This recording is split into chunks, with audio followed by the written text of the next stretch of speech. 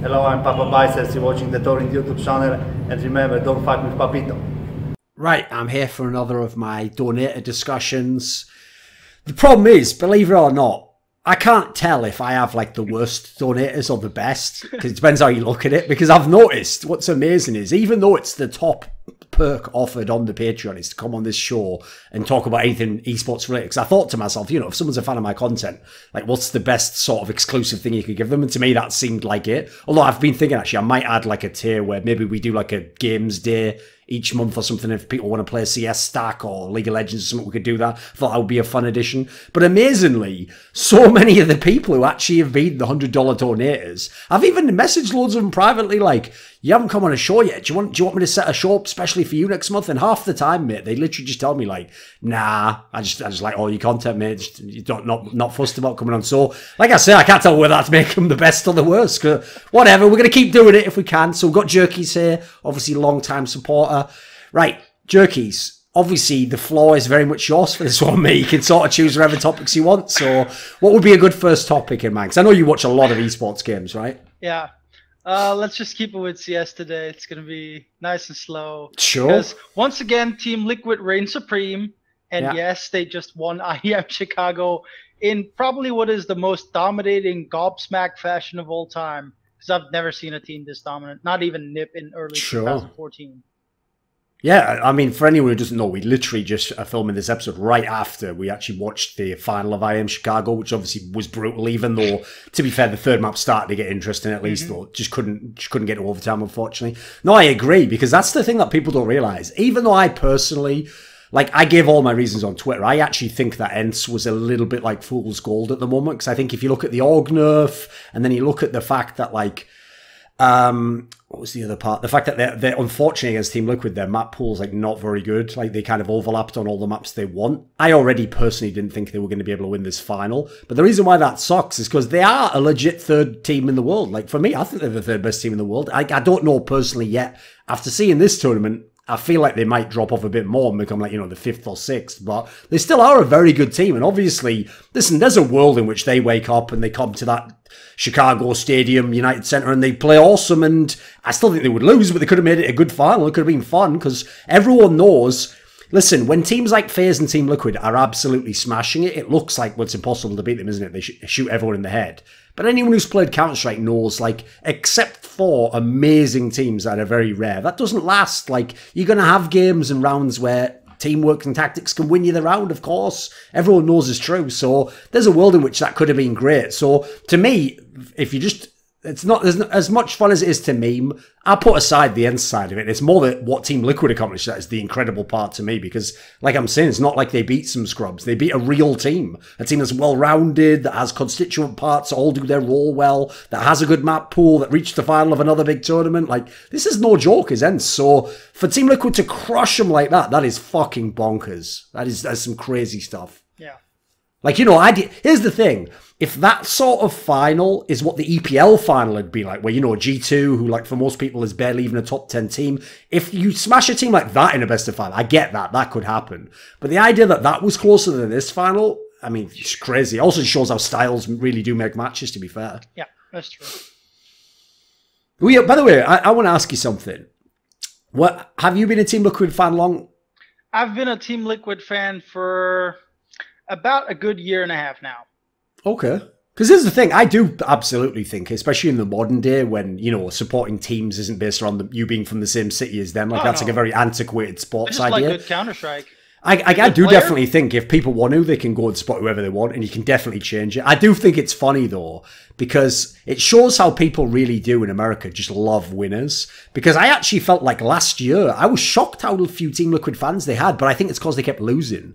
So, like, everyone wasn't ready to give up the Cloud9 also the hype Cloud9 train now. hype was Exactly. still going.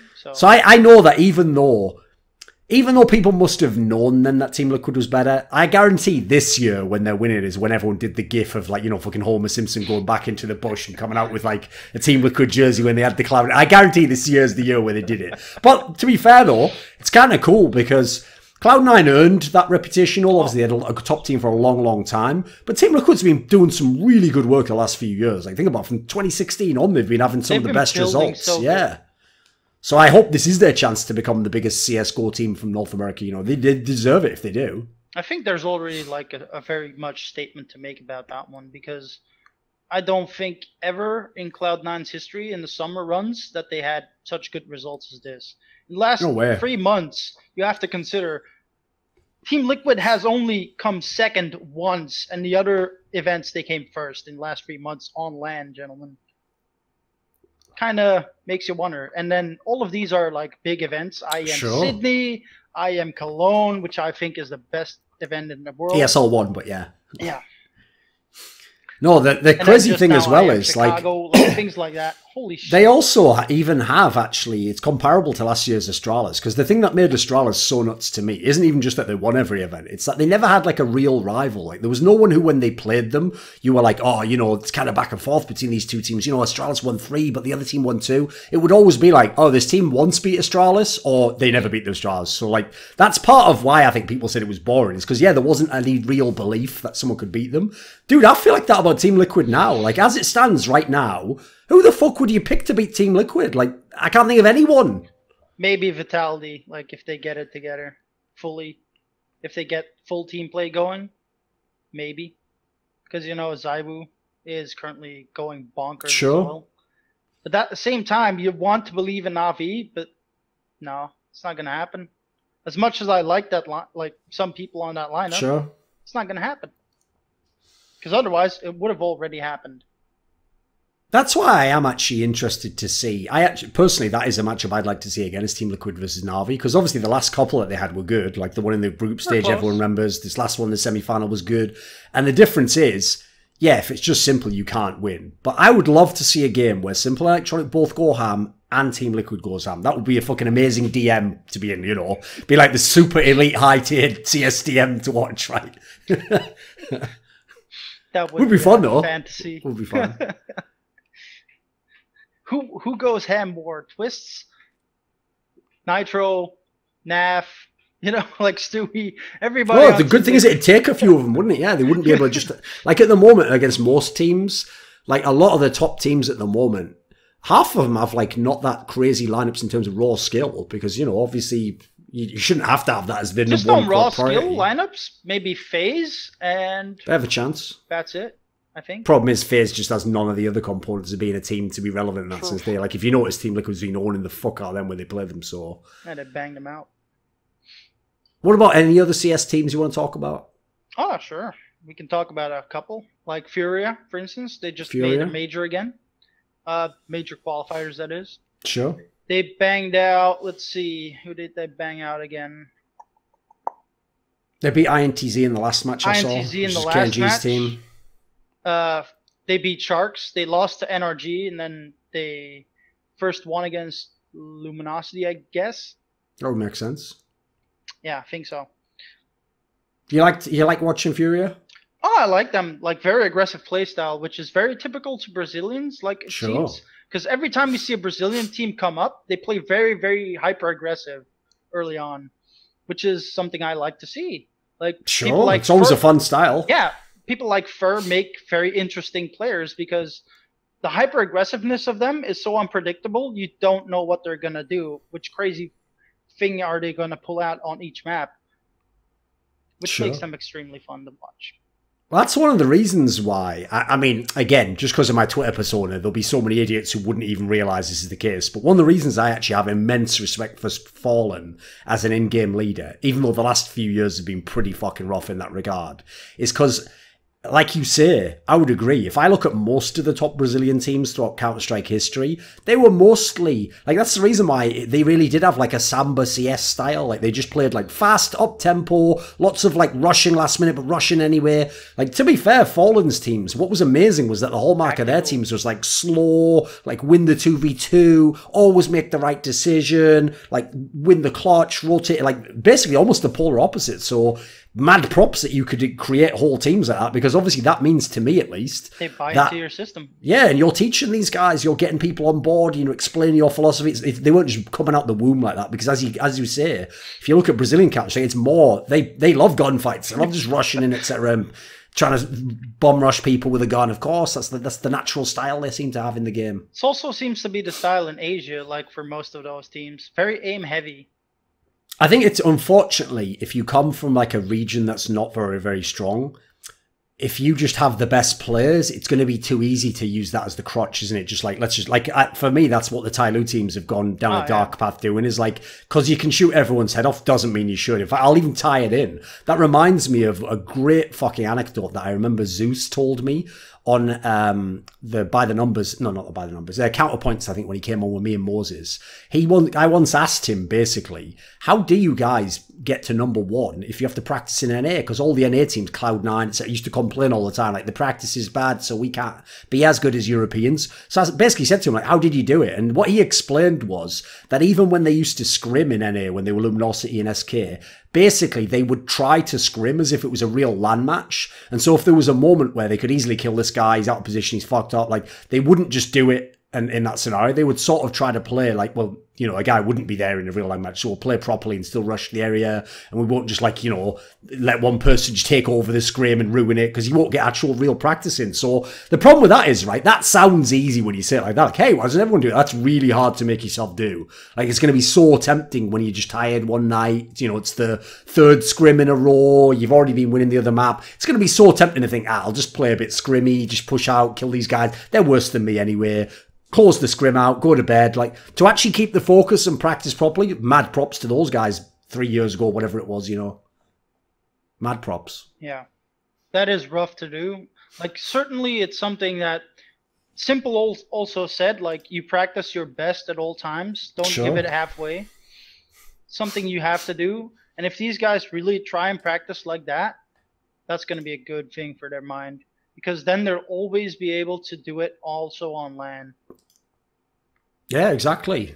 And that is, by the way, what the funny thing is, I can even tie this into the final we just saw with Ents, because that is actually famously a thing that me and Lurpus used to talk about all the time back when he was an in-game leader in 1.6. And we both agreed the problem was he had such big egos on some of his teams, you could never get some of them to do this. But we used to agree, right, that the biggest problem a lot of pros had was that they would do that in scrims. So they would play a high-level scrim, and they'd either, like, fuck around and buy an auto sniper in a scenario where, you know, 1.6 you'd never do that, or they would play super aggro on some rounds. And then when an in-game leader like Lurpus would tell them, like, come on, man, like, on land, you'd get wrecked, you'd ruin the round if you did that. They would always just tell him, yeah, but it's just practice. Who gives a fuck, man? I wouldn't do it then. And obviously the flaw with that is, there's a famous coach quote that says, you know, you practice the way you want to play the match. Like, whatever you do in practice, you're building up your habits, aren't you? So in that scenario, you're building up bad habits. You're just going to go and be an idiot in the game, which is basically, to tie it back into the Luminosity example, that is what the NA teams did for a long time that I think held them back. Like, I don't think, here's the thing, he'll never get credit for it. Maybe I'll make a video about it, but the one thing I think that Team Liquid should absolutely to this day be thankful to Zeus for is, mate, it's when Zeus arrived that they actually had real tactics, that they looked like a real team. Before that, the only teams in NA that had real tactics were just Sean Gare's teams, because it's just Sean Gare's, that's it, you know. Like, yeah, Daps would run an okay team, but he's not a real general. Days, his was more like a fucking LDLC style, if anything, because he used to really respect the heavy fragging EU teams. Like, he always used to tell me his favourite teams was, like, the French teams, the Danish teams when they had all the mad skill. So the idea that you've got a tactical team, and we've had this whole lineage now, I think some of that comes from Zeus. You have to give him some props, because again, he came from a super tactical team to this team. So it can't just be a coincidence, surely. If it is, it's a very unusual one. And to go on, like, on Zeus further in, it's amazing that MIBR can make it without their best player and with a coach. I mean, holy shit, this tournament is stacked as motherfucker. And you get 4th place with that? Fuck me. Well, especially because, like, if you go and look, it's not like, oh, Zeus must have had an amazing tournament. No, his stats are terrible for this tournament. Like, they must literally, like, I might go back and watch more of their games, like the actual VODs, but not just for fun, basically. He's actually pretty good. Like, I would guess he must have been doing some, like, proper plays. Like, yeah. I would assume it's like when he had to stand in for Liquid at that fucking Boston Major years ago. He got some amazing free Ks. Yeah, well, what he did was, like, he literally would just drop guns, or he would try and find a gun for someone, or he would just play an angle to watch someone's back. Like, he would literally basically do, like, Taco times a million, like, as if Taco thought he had no skills, which, by the way, is what you should do if you're a coach standing in. Like, there's no point taking angles as you're a pro player against top teams. He even saved our asses, like, several rounds, where he saved around, like, yeah, that's mad. It's like bonkers that a coach can still play that good. It's pretty legit, eh? It's the same with Yanko. Like, I think some of these guys just like still keep up their skills every single time, and they don't lose them over time. You know. Well, and luckily these people, if you notice, by the way, these are all like in-game leader type guys. Yep. That's exactly the sort of person, because luckily that's usually who your coach are going to be. Smart. If I had to take someone who's not an active pro to be in the game, that's exactly who I'd want. Because at least, yeah, like you're saying, he could at least use his brain. Like he could, like actually, I mean, I'll even make this side point people probably wouldn't think of, is even though you're going to lose massively a lot of your firepower and you know, the natural form of the team because you won't have the same 5 you practice with, you could actually, in theory, gain slightly in as much as now the coach is inside the server. The guy who spent all those demos watching, looking for tendency, he can be half calling half of that shit in the game for you. So you can gain something you wouldn't have otherwise, even though, yes, obviously that shouldn't offset losing Cold Zero. You know, he's a pretty fucking amazing player. That must suck. Like, I'd rather see a lineup go with, like, everything, knowing that they're finished, because it will also take away pressure from you. Yes. No, the sad thing is... We've seen that in the past, though. That's what people don't realise is, like, the reason why MIBR, I think, really fucked up by saying to Cold Zero, well, if you're going to leave, then you're benched for this tournament in the Major, is because, like, as you say... It actually takes the pressure off you when you know the lineup's dead. And I can tell you, by the way, there have been a couple of teams, I can give you 2 examples right now, who had literally their best ever result right when the team was supposed to die. So one of them actually... Team Liquid. When they had Simple and Adren for the Major. When they came second. Sure. There was one. Adren no. Adren was the top 4 one. That was Columbus.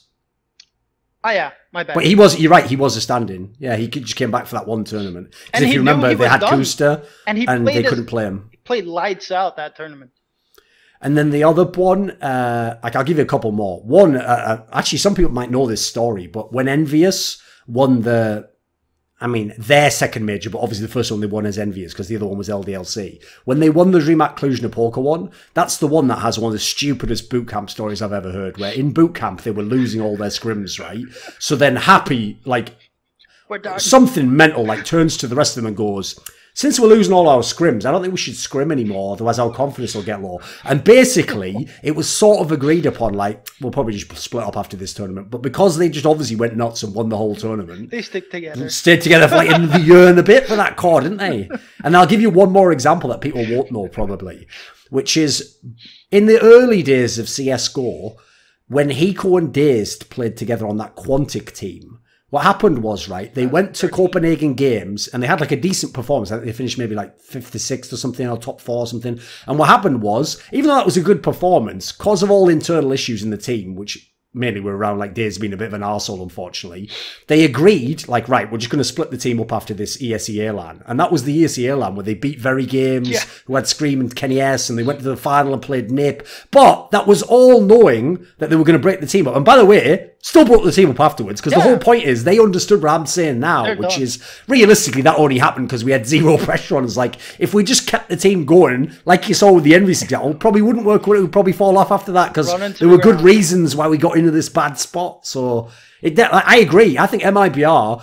Listen, I don't think they would have won the major because they just weren't in good form anyway, but they could have made like top 4 still, or top 8, or, you know, got Legends spot, whereas now, I think they've pretty much doomed themselves to have no chance to make the top 8. I know they've just done this miracle run here, but it's a miracle run for a reason, guys. It ain't going to happen at the major, I'm afraid. Well, we'll see. Who knows? Miracles can happen. They have the St. Jude, they have Judas, no, it's, Christ is, San Paulo statue, so you never know. Sure. Might work miracles more than once. Any other teams you want to talk about in CS? NRG. NRG, there we go. What do you think? Like, I'm surprised that they dropped off Dabs for Stanislaw on short notice. And then that they trade him, but then don't get the results that they're looking for. Like, they used to beat certain opponents, and now they lose to them. Kind of... But, you know, it's short notice, so maybe they're still working on things. Like, I'll still give them a couple of lands before I make the final decision, but I agree. Like, the problem is that gamble hasn't worked the way they thought it would. Like, Stanislaw's had a bunch of good fragging games, so that part worked, you know. Obviously, Daps is almost never going to do that. But I would agree. If you look at the overall team, you look at who they're beating and losing and where they're placing in tournaments, not much has really changed for the positive. Like, they haven't, unfortunately, gotten what the gamble was. Because the gamble basically was, we become the new Team Liquid, you know, like, we're going to be like them and have all these skill players, which in theory they do in the server. Oh, yeah. The problem they have is this, though, is one of the reasons why I actually feel even more proud now that I had that nickname for Team Liquid last year is like Mini Astralis, because I obviously drew the parallels between when those guys used to be Dignitas, and they always used to lose to the tournament champions, even though, you know, they maybe could have won, is NRG has a similar feel in as much as NRG's players are also really young. And they're also like, you know, last year was their first year at the top. So, you know, it takes you, unless you're just some prodigy, it often takes a couple of years to sort of settle into being a champion.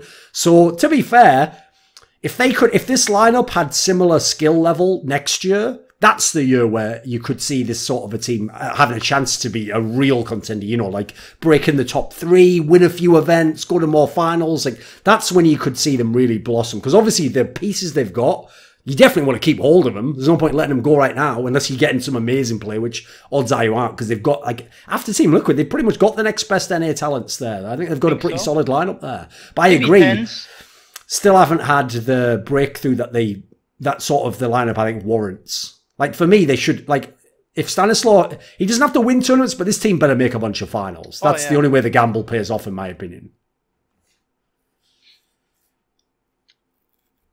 Are you following League or Overwatch much? Don't watch Overwatch, although I did see certain people leave the company.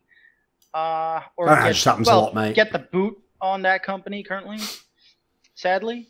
Some pretty good high employees, which have very much long years of tenure on there. Of course, more than 15 years on Blizzard, and they're getting booted off like it's nothing. Not even a thank you to these people. No. Which is ridiculous to know that these people have made your company big because they understood the amount of things they need to put in, and the enjoyment of games came first. Not the fucking esports side of things. The joy of the gaming itself came first. And that's what made games great in the first place. It's what made Counter-Strike great. If you neglect that one, your game's gonna die. And guess what? Your figures for Overwatch are down the fucking drain, season upon season. It's gonna die. Problem is, I've seen that trend happen so many times as well. Because unfortunately, part of what happens when you get like newer executives in the door is someone might naively think, no, they would be respectful of the whole, if anything, that's like a challenge to them, that like the old school people are there. So they want to like clear the deck so that then anything that happens is all their success, you know, like I did this, I accomplished this, not because this guy was looking over my shoulder or giving me tips, you know. So you see it with a lot of shit. That's the reason why, you know, when they make like a reboot of a movie, they always have to go some like super edgy way and like change up the character completely. It's like, unfortunately, I think people's egos get too wrapped up in that shit. Whereas if you're a game company, just make good games. That's all you have to do. You don't have to do any other shit. You don't have to put any sort of political shit in, or be woke, or fucking, you know, vicariously get back at your fucking dad through firing Mike Morheim or whatever. No, just make good games. Just make a game called Warcraft, make it good. Make a game called fucking StarCraft, make that good. You know, like, we don't ask that much. Just make a really good game. That's your main, some would say, only job as a game developer. What about League? Are you following League much nowadays? League, I haven't watched too much League because I've been paying more attention currently towards CS. So I've not had much time for that one. Also, it overlaps with my sleeping schedule. So if I do want to watch League, kind of have to leave sleep out of it. It's not really healthy currently. Sure. Well, here's the thing. You don't need to watch like any League or all the games, but if you get some time, I would recommend watching some of the G2 games in LEC this split. Because, apparently they are on fire. Basically, that team, no joke, is like the new Moscow 5. Like, the way they just destroy opponents, the way they all play off each other, they have a bazillion picks. Like, it actually makes even regular season games like quite thrilling to watch, because you don't even, you know they're going to win somehow, but you don't know how until the game starts. And so there've even been games where, like, they've had some where they've come back from, like, you know, mad deficit and just wrecked the opponent completely. It's really sick. So I would say, if anyone's watching this who's not even that big a League fan, as long as you know the basics of League, check out a couple of odds. Like this isn't going to be like watching a random team. It's going to be like watching the best team you've ever seen play, pretty much. Like they're not literally, but you know, like in terms of like playing style, they are, because obviously the problem we had with all those great Korean teams is you had to really know a lot about League to understand why it was amazing what they were doing, because they were almost playing like an anti-fun style of like control the game. They were super macro heavy. Yeah, exactly. And the problem with that is you have to know a lot about League to understand why what they're doing is clever. Whereas if you watch G2 play, mate, just the aesthetics are amazing. Like the fireworks when they have fights is unreal. It looks really, really impressive. Are they still going for 50-50 Barons? Well, nowadays you don't need to if you're as good as them. That's the thing. That's more an NA thing, is the Baron. I put that more on LCS teams. All right, what about CS then? What's some of the CS topics you're interested in?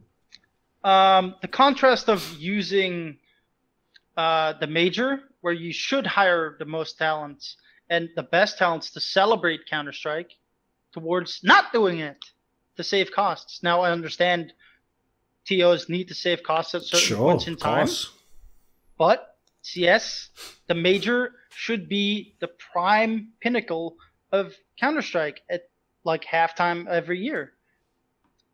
I don't think you're going to beat ESL Cologne currently with how it looks for Berlin. Yeah, I mean, you've kind of hit 2 points there. Like, one is the angle of like hiring the right talent, etc. In that particular scenario, I know like, 3 names that are not going to be there that are instrumental to Counter-Strike and have helped Counter-Strike grow to what it is now. So, yeah, 1 is you, 2 is Moses, and 3 is Anders. How the fuck are you not hiring Moses and Anders, who are definitely one of the best commentary duos ever in Counter-Strike? How are you going to leave them out?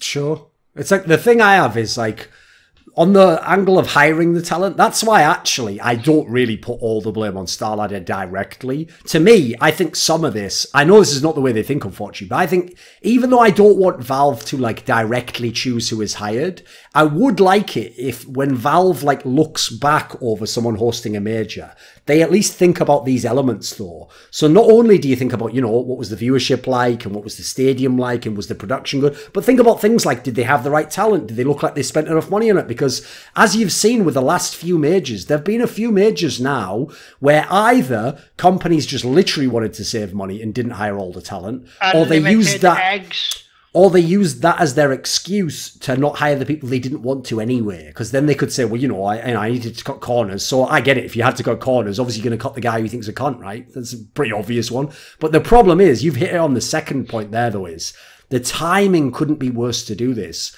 Because not only did ESL Cologne, I think there was a stat where it had something mental like 13 of the top 16 teams in the world were there. So obviously the event was absolutely stacked as fuck. Then they delivered, and it was amazing. And, you know, Liquid in the Grand Slam like made it a very memorable moment. But then you have to add in all 3 of the people you just mentioned were at that tournament. Like Anders and Moses, obviously iconic voices. So I think unfortunately for StarLadder, the timing couldn't be worse. That the very next event is the major now. So Cologne's still fresh in your mind, and now they don't have to just do a good major. They have to try and beat that. And unfortunately, I don't even know if you can, because like if you look at things like, I always stress the format for a tournament has a lot to do with how many good games there are.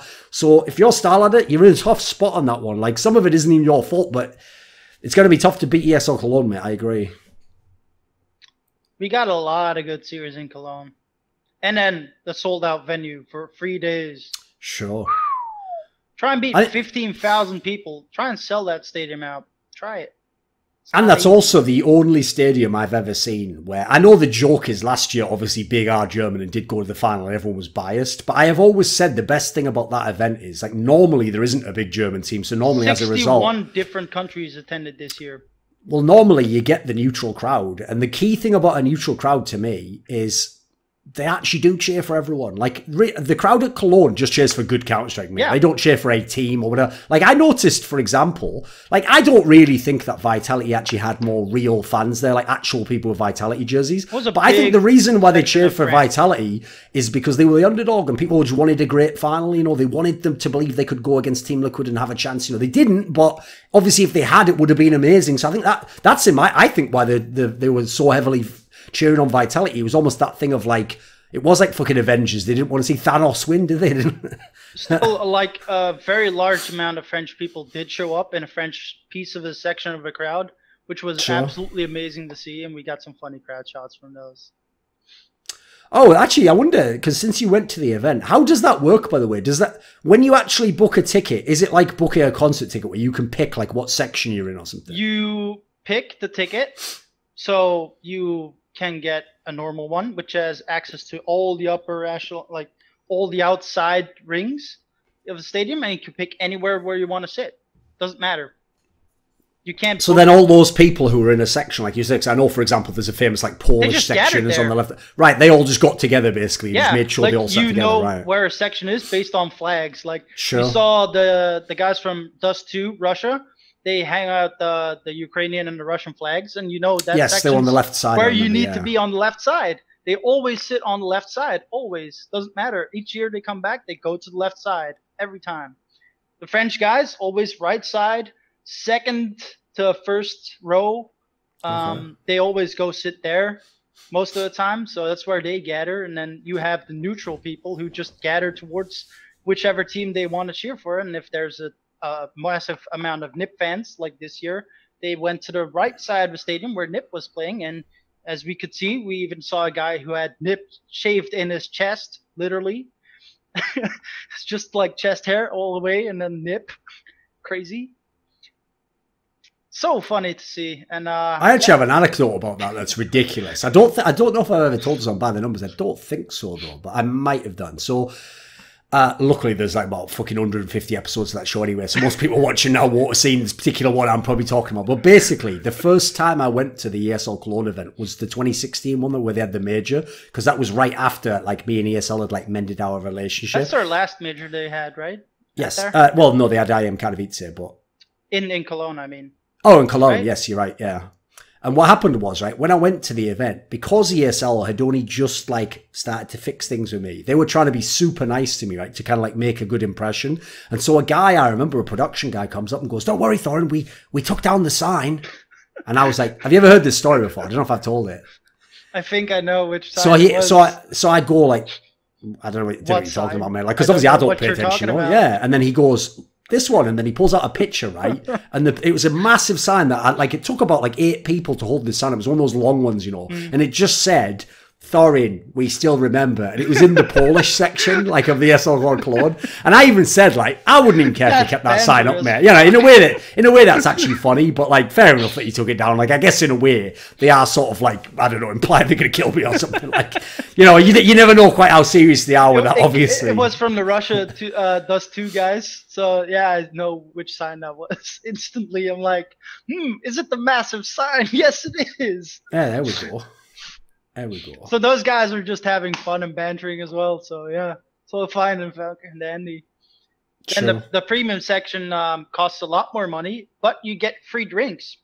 So you have a bar exclusively downstairs where you can just get your drinks free. Now that's good, and you get the drink massively until the tap runs out. Does it take long to get a drink if you go down there? No, absolutely not. It takes you like cool. 1-2 minutes. That's pretty good max. Then, yeah. And if you see how many people are inside the premium section, because there are 2 different bars you can go to, one specially for beer every year, and then the other one's like mixed. If you just need beer, just go to the special one where they have like 4 people serving you at the same time, which is why you get your beer very fast. Which I like. Because I've seen, even though it took them a few years to like level all the premium package up and all that shit, like I've seen nowadays, those look pretty cool actually. If someone has the money, they look like they're worth it now. You get like a way better experience. Right? Oh, you get your premium signing sessions as well, which is only exclusively for those people. Now, some of them tried to cheat this year because, like, you know, where you guys sat, you could go hop under the line. Oh, right. And some people did try that, and then like some non-premium people try to sneak in, right? Yeah, and then like the person at the door is like, I saw that. What, they keep track of it? Okay. Yeah, just grabs the collars like, I saw that, and just like pushes them back under the feet.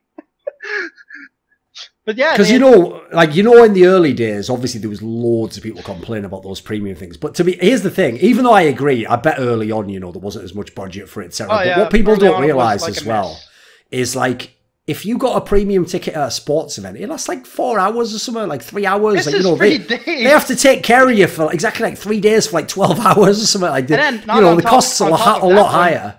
If you really want, you can go early on the Thursday when the event's actually like building up, when they're building up the stage and everything inside. Right. You can go and get your wristband early, so you don't have to wait. Oh, right.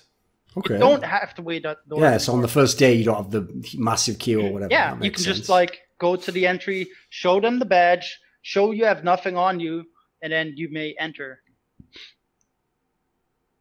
Which is very nice. And they were excellent this year. They always open the door at 12, which is... Did you actually... What teams were you supporting when you were in clothing? Because I assume if you go in person, you try to pick a few teams to cheer for, right? I went for Vitality, I went for Liquid, and I went for NiP. Because I knew NIP? this was probably... Yeah, I was... How can you not root for Get Right when you possibly know it's his last like big event he's going to play? Sure. And also, to be fair... And then I was hyped to see ZywOo play. Cannot love him, so... Also, to be fair, even though people made out like the guy was dead, like that's a way better performance than I thought NiP was going to have to even make it that far. I mean, I know some of it was like, you know, they didn't play the hardest teams, etc. But still, before the tournament, if you'd have told someone they finished top 6, they'd have said, no fucking way. Look at the teams at that event. There's some fucking sick teams at that event. Mm-hmm. That was kind of a, like, that's why, even though, like I said, unfortunately the time was a bit off, at least you did get to see one last run. And then obviously the cool part was, even though he didn't have a great game, he did have that one sick, like 1v4 or whatever on Inferno that he did. That was still like a classic sort of highlight. That lit up the whole crowd. And especially his speech afterwards, just like you could feel his passion for Counter-Strike, man. Sure. That riled up the whole crowd and had people in tears. The thing is, I'm waiting until he actually for real retires before I do like if you notice, I don't tend to like try and jump the gun on like those sorts of posts and videos. I hope he and stuff. goes to another team, like helps them. I think he's going to. Like I've heard behind the scenes, basically, that there's a few different teams who probably haven't even talked to him yet that would want to keep him playing and want to get him on their team. You know, people where like the market angle would make sense, or you've got young players who you're not a top team right now, but you could make use of him. I agree. I think he should, but if he chooses to retire, the key thing is, I think I can write the best piece on his career because the angle that no one else knows is, and plebs won't know this, but I've obviously known Get Right literally as a person for many, many years. He was even in the team I worked for, SK. And I know from behind the scenes a lot of stories about like his work ethic that people aren't aware of in the public. Like they know a few of them, you know, but I know some stories that are nuts. Worked through his sickness that he had. Well, and he's just a person where, like, the only person I think I can compare this to is probably Simple, actually, where I actually have seen for real Simple have like an unreal game that he lost, where he would then be like, oh, I need to practice more. And I would be like, but you played amazing. And this is what he would say. This is how you know someone has a winner's mentality.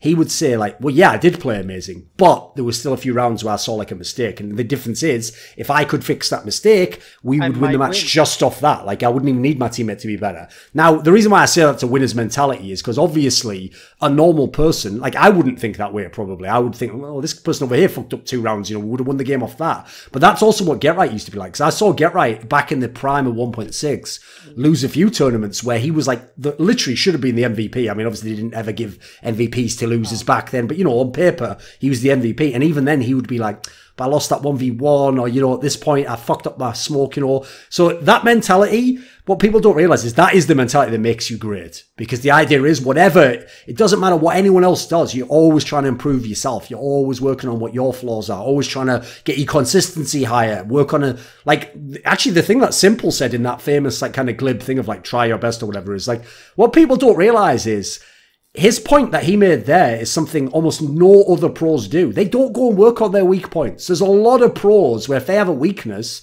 they almost think it's like they started a video game and it was just set. No, some of them even just think, I'm just not good at that.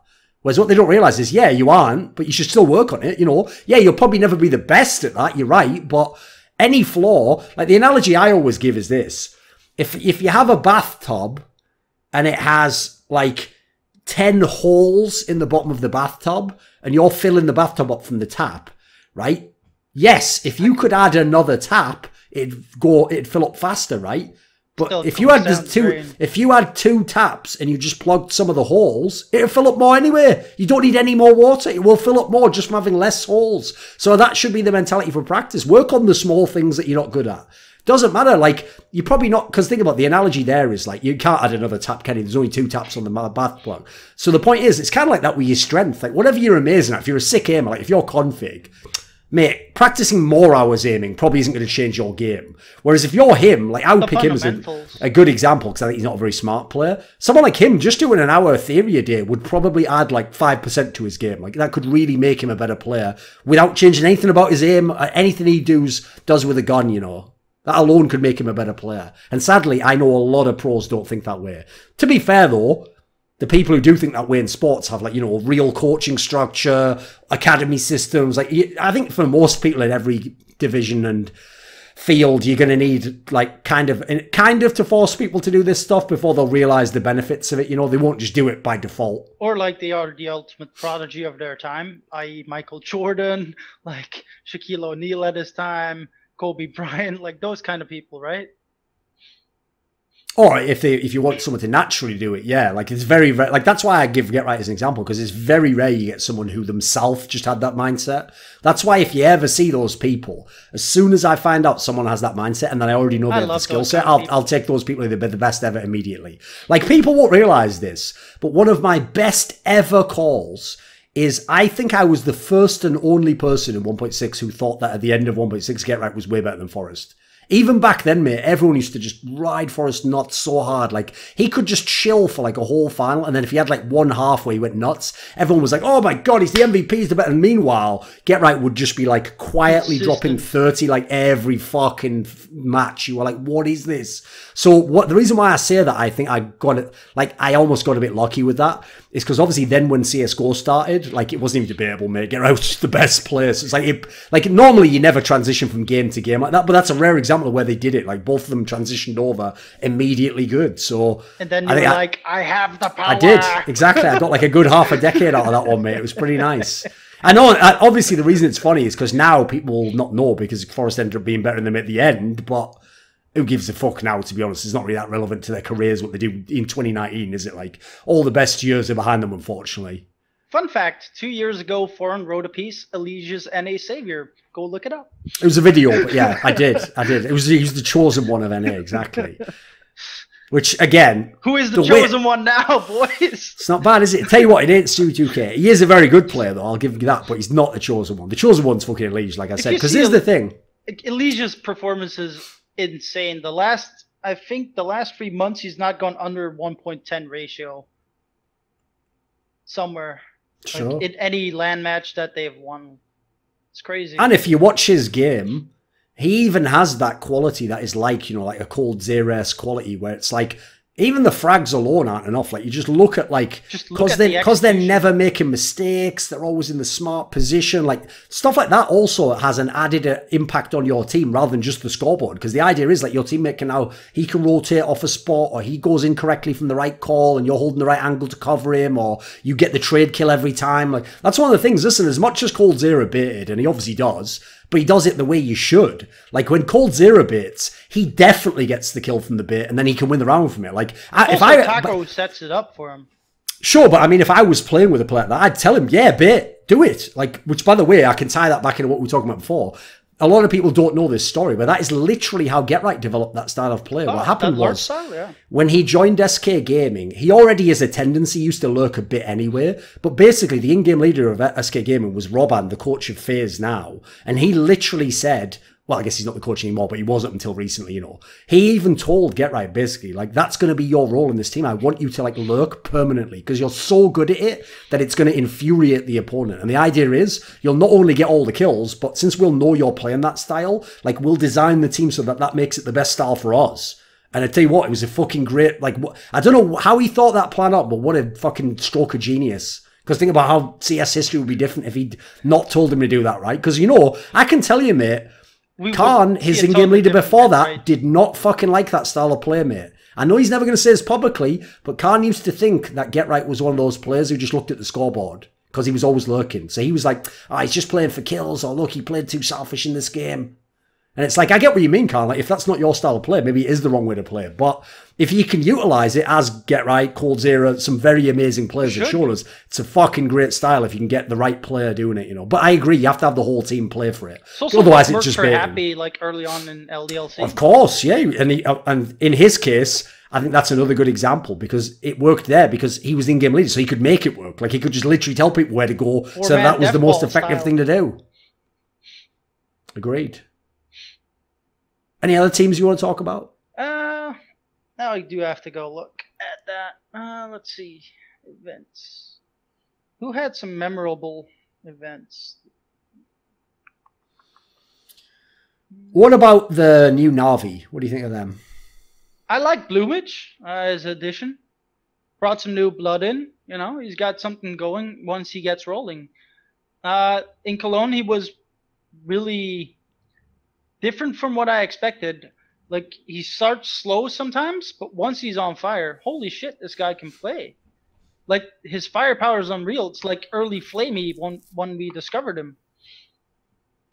Because that's actually the angle that I think... I feel like that storyline's a bit slept on, actually. Because everyone's treating Na'Vi as though, like, it's the same Na'Vi as before. So, because they lost to Liquid and because they only made top 4, people are acting like, who cares? Still just Na'Vi, isn't it? It's like...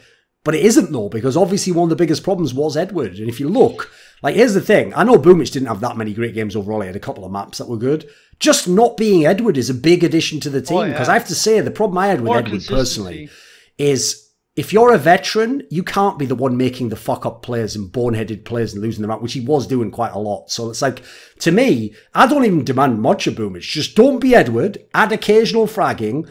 Like I said, unfortunately, I never got to tell this story on the actual desk because it was a moment when I was talking and Alex had initially given me a signal telling me, like, you know, you've got a few minutes, but, like, you know, you can finish the story. And then basically in our headset, someone just said, go to the game now. And I just said, well, it's like actually Blade said in this HLTV.org interview. And then I heard someone in my headset go to the game now. And it's like, well, how am I supposed to tell a whole story? But luckily, I managed to nail the gist, which was that he'd watched 100 hours of demos of Boomich and that he knew as a result that Boomich was the right player for the role. Because supposedly what he did was Blade looked at, like, studied 3 players. He didn't say who the other 2 were, to be polite, I assume. That's too bad.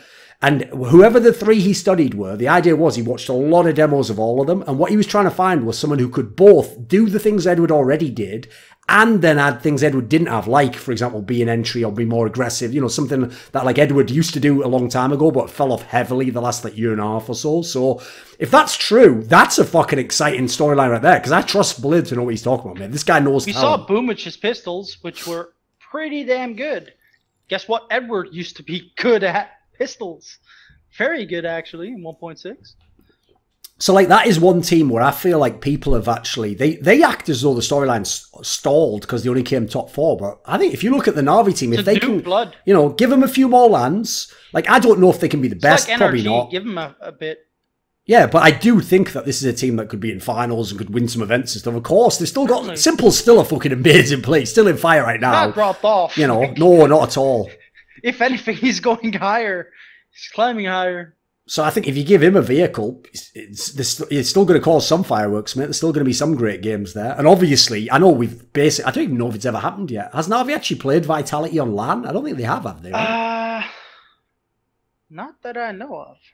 Because that's the real thing I want to see. Because I want to see that one at Cologne.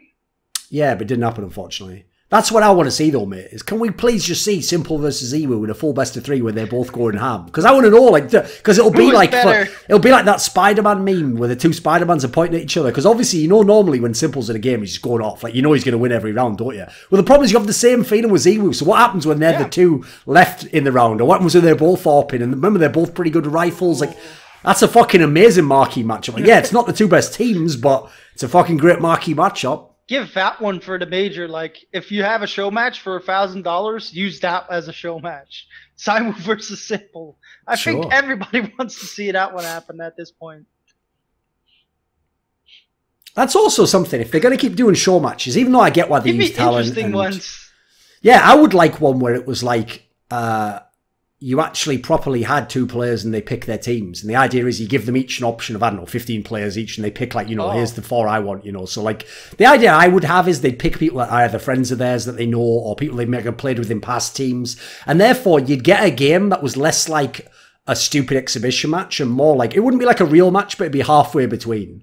So people would still be, you know, a bit free to do what they wanted and try and cause highlight plays, but it wouldn't be just like 10 people running around aimlessly. There'd be a basic concept of how to play. Because if they play as much as they do now in FPL, I think they could pull off a half-decent game on an actual show match, you know.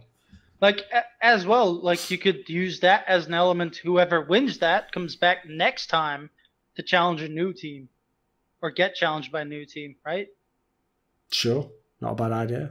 This video was kindly supported by Alexander Rao, NateDOhDoubleG, Andreas Snazore Westerlund, Dean Tanglis, Wendelful, Blunt Smoking Anus Destroyer, Daniel Olivar, Chi Mao, JDubs, Kolja G, OllieJ, Tobias Bernasconi, and a special thanks always goes out to Jerky's Minion and weixz.